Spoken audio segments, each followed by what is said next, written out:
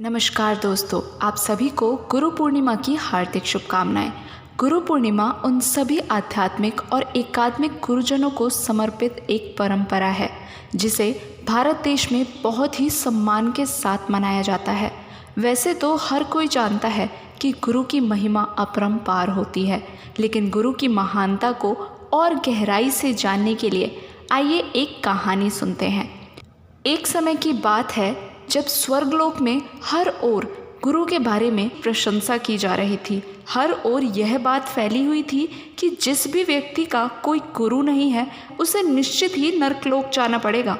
जब भी स्वर्गलोक में सभा होती तो गुरु की महानता की गाथाएं गाई जाती थी और यह सुनिश्चित कर दिया गया था कि जिस भी जीव का कोई गुरु नहीं होगा उसे निश्चित रूप से नरकलोक में जाना पड़ेगा और नरकलोक की अवहेलना झेलनी पड़ेगी, क्योंकि जिस किसी का भी कोई गुरु नहीं है वो अत्यंत पापी व्यक्ति है। उसके यहाँ पानी पीना तो दूर, उसके समक्ष बैठने से भी पाप लगता है। यह सुनकर वहाँ पर बैठे नारद मुनि बहुत चिंतित हो गए। वो विचलित हो गए क्योंकि उनका कोई गुरु नहीं था, पर वह इस बात पर ज़्यादा ध्यान नहीं देते थे। हर बार जब भी स्वर्गलोक में सभा होती तो सभा समाप्त होने के बाद जिस स्थान पर नारद मुनि बैठे होते थे उस स्थान को बहुत रगड़ रगड़ कर धोया जाता था। एक दो बार नारद मुनि ने इस बात को नज़रअंदाज कर दिया, लेकिन हर बार सभा के बाद जब उन्होंने देखा कि सभी जगह वैसे की वैसी ही है, लेकिन जिस स्थान पर नारद मुनि बैठे थे उस स्थान को रगड़ रगड़ कर धोया जा रहा है, यह देखकर नारद मुनि अपने शब्दों को रोक नहीं पाए और उनसे जाकर पूछने लगे कि अरे, इस पूरी सभा में केवल मेरी गद्दी को ही इतना रगड़कर क्यों धोया जा रहा है। वहाँ पर जो भी व्यक्ति सफाई कर रहे थे उन्होंने कहा कि हमें इसके बारे में कुछ नहीं पता, हमें तो जैसा आदेश मिला है हम वैसा ही कर रहे हैं। आपको इसके बारे में अधिक जानना है तो आप नारायण के पास जाइए। नारद मुनि वहाँ से नारायण के पास चले जाते हैं। उनके मुख से हमेशा नारायण नारायण का उच्चारण तो होता ही रहता है। नारद मुनि नारायण के पास जाते हैं और उनसे पूछते हैं कि हे नारायण, इस पूरी सभा में केवल मेरी गद्दी की ही इतनी रगड़ रगड़ कर सफाई क्यों की जा रही है। तो नारायण कहते हैं कि नारद मुनि, क्या बातें कर रहे हो, कुछ और बात करते हैं ना, किसी और विषय पर चर्चा करते हैं, इस फालतू बातों में क्या रखा है, छोड़ो। पर नारद मुनि कहते हैं कि नहीं भगवान, मैं जान के ही रहूँगा, इस पूरी सभा में केवल मेरी गद्दी की सफाई क्यों की जा रही है, इतनी रगड़ रगड़ कर, और ये हर बार की जा रही है, इसके पीछे क्या राज है। तो नारायण भगवान इसको बहुत ज़्यादा नज़रअंदाज करने की कोशिश करते हैं, लेकिन नारद मुनि ज़िद पर अड़ जाते हैं। कहते हैं कि मैं जान के ही रहूँगा, आखिरकार ऐसा क्यों किया जाता है। तो अंततः नारायण को बताना ही पड़ता है। नारायण कहते हैं कि नारद मुनि, तुम्हारा कोई गुरु नहीं है ना, तुम तो पापी व्यक्ति हो, इसलिए तुम्हारी गद्दी को रगड़ रगड़ कर साफ किया जाता है। तो नारद मुनि कहते हैं कि क्या गुरु की इतनी बड़ी महानता होती है कि जिस व्यक्ति के जीवन में गुरु नहीं है वो पापी सुनिश्चित कर दिया जाता है। तो नारायण कहते हैं कि हाँ नारद, तुम तो निश्चित रूप से नरक में जाओगे क्योंकि तुम्हारा तो कोई गुरु नहीं है। तो नारद मुनि कहते हैं, लेकिन भगवान, मैं किसको अपना गुरु बनाऊं। तो नारायण कहते हैं, ये तो तुम सुनिश्चित करोगे ना कि तुम किसको अपना गुरु बनाओगे। तुम किसी को भी गुरु बनाओ, लेकिन तुम्हारा गुरु जब तक नहीं होगा तुम्हें तो नरक निश्चित ही जाना पड़ेगा। ये बात सुनकर नारद मुनि बहुत ज़्यादा परेशान हो जाते हैं और वो इधर उधर अपने गुरु की तलाश में निकल पड़ते हैं। वो पूरा स्वर्गलोक नरकलोक तलाश लेते हैं, लेकिन उन्हें कोई भी अपना गुरु बनाने योग्य नहीं लगता। वो बहुत परेशान हो जाते हैं। उधर दूसरी ओर पृथ्वी पर एक चोर चोरी करने की योजना बना रहा होता है और योजना बनाते बनाते उसे लघुशंका आ जाती है। वो झट से पानी का लोटा उठाता है और दौड़कर लघुशंका समाप्त करने को जाता है और फिर लौटकर वापस आता है और अपनी चोरी का काम समाप्त कर अपने घर को लौट जाता है। और वो शाम को फिर योजना बनाता है कि वो एक जगह और चोरी करने रात को जाएगा और वो अपने घर चला जाता है। उधर नारद मुनि दोनों लोक में घूमकर अपने गुरु की तलाश कर रहे होते हैं, लेकिन उन्हें कोई भी उत्तम गुरु नहीं मिलता। वो बहुत परेशान हो जाते हैं कि अब तो मुझे नरकलोक जाना ही पड़ेगा और नरकलोक की सारी यातनाएं मुझे सहनी पड़ेगी, मैं ये सब कैसे बर्दाश्त कर पाऊँगा। तो वो सुनिश्चित करता है कि मैं सभी लोक में ढूंढ चुका हूँ, लेकिन मैं पृथ्वी लोक नहीं गया हूँ।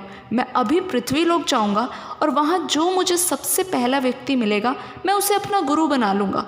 ऐसा सोचकर वो नारायण के पास जाते हैं और कहते हैं कि हे भगवान, मैंने दोनों लोकों में बहुत तलाश की लेकिन मुझे कोई भी गुरु बनाने योग्य नहीं मिला। अब मैंने निर्णय लिया है कि मैं पृथ्वी लोक जाऊंगा और वहाँ मुझे जो भी प्रथम व्यक्ति मिलेगा मैं उसे ही अपना गुरु बना लूँगा।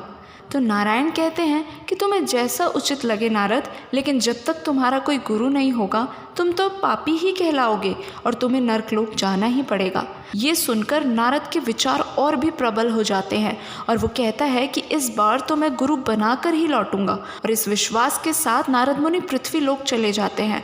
तो नारद मुनि जैसे ही पृथ्वी लोक पर अपना कदम रखते हैं और इधर उधर देख रहे होते हैं, तभी वो चोर अपनी योजना के अनुसार चोरी करने के लिए अपने घर से निकला होता है। लेकिन उसे रास्ते में फिर लघुशंका आती है और वो जाने के लिए लोटा लेकर इधर उधर दौड़ने लगता है। लेकिन तभी नारद मुनि की नज़र उस चोर पर पड़ती है और वो उसके पैर पकड़ लेता है और कहता है कि हे गुरु, आप ही मेरे गुरु हैं, आप ही मुझे मेरे कष्टों से बचाएंगे, आप ही मुझे नरकलोक की यातना से बचाएंगे। तो चोर कहता है कि अरे तुम कैसी बातें कर रहे हो, मैं कोई गुरु नहीं हूँ, छोड़ो मेरे पैर, मुझे बहुत जाना है, मुझे जल्दी है।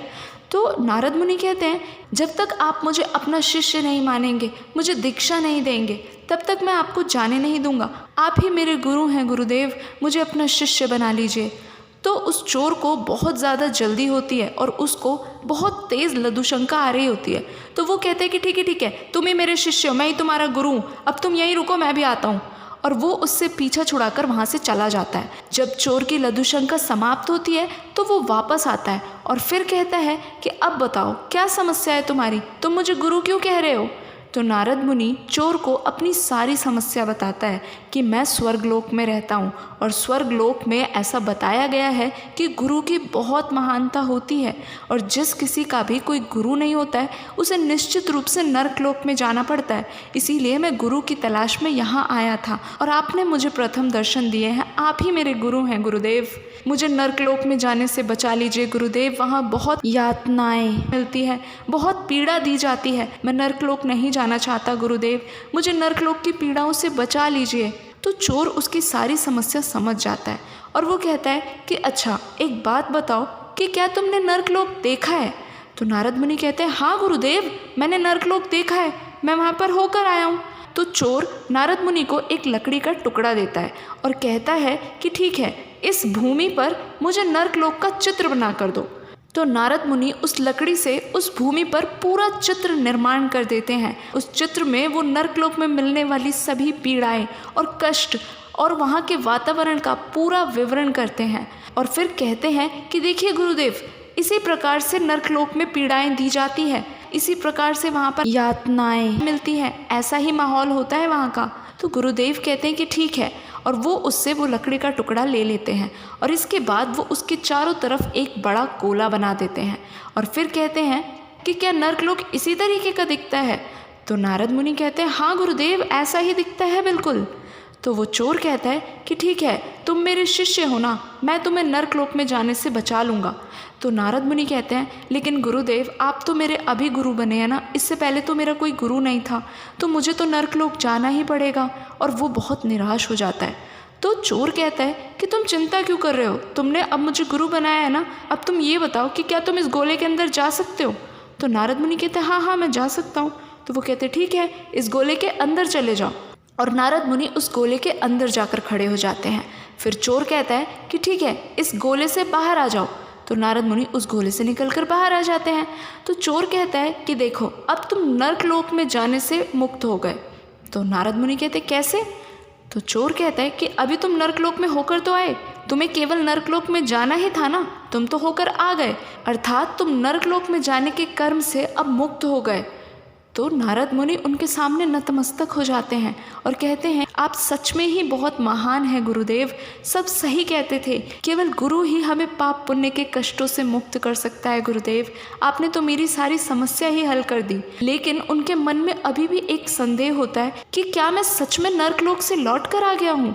इसके लिए वो अपने गुरुदेव से पूछते हैं। तो वो चोर व्यक्ति कहता है कि तुम्हारे सारे पाप कट गए, अब तुम आराम से जाओ, अब तुम्हें किसी नरकलोक में जाने से डरने की कोई ज़रूरत नहीं है।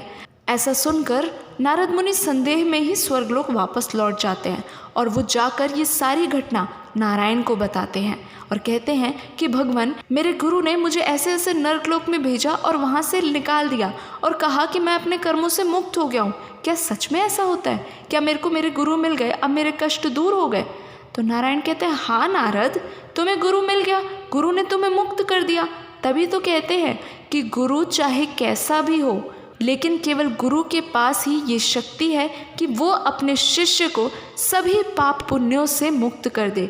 जैसे एक चोर ने भी गुरु रूप में नारद मुनि की बड़ी सी समस्या को चुटकियों में हल कर दिया, इसी प्रकार जिस भी व्यक्ति को हम अपने हृदय से गुरु मान लें और उसकी आराधना करें, वो व्यक्ति ही हमारा सच्चा गुरु बनकर हमें हमारी समस्याओं से बाहर निकाल सकता है, वो भी इतनी सरलता से कि हमें विश्वास भी नहीं होता है कि हम सच में अपनी समस्याओं से बाहर निकल आए हैं।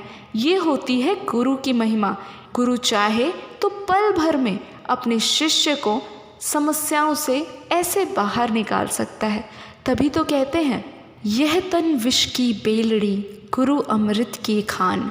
शीश दिए जो गुरु मिले तो भी सस्ता जान। यदि गुरु को प्राप्त करने के लिए हमें अपना शीश भी अर्पण करना पड़े तो भी गुरु हमें सस्ते में ही प्राप्त हो गए हैं। इसलिए गुरु की सदैव सुननी चाहिए। कहते हैं, गुरु कहे सो कीजिए, गुरु करे सो नाही। गुरु जो भी कहता है वो हमारे भले के लिए है, लेकिन गुरु जो करता है वो उनका व्यक्तिगत है। इसलिए सदैव गुरु की वाणी पर चलना चाहिए, क्योंकि केवल गुरु ही एकमात्र वो खेवैया है जो हमें इस कलयुग के भवसागर से बड़े ही आराम से पार ले जाएगा। इस गुरु पूर्णिमा के अवसर पर समस्त गुरुओं को मैं नतमस्तक होकर प्रणाम करती हूँ। आप सभी को गुरु पूर्णिमा की हार्दिक शुभकामनाएं। अगर आपको वीडियो अच्छी लगी हो, कहानी पसंद आई हो, तो कमेंट बॉक्स में अपने सुझाव ज़रूर भेजिएगा और अपने जीवन के सबसे महत्वपूर्ण गुरु का नाम हमारे साथ कमेंट में ज़रूर शेयर कीजिएगा। आपसे फिर मिलेंगे एक और नई कहानी के साथ। तब तक के लिए नमस्कार।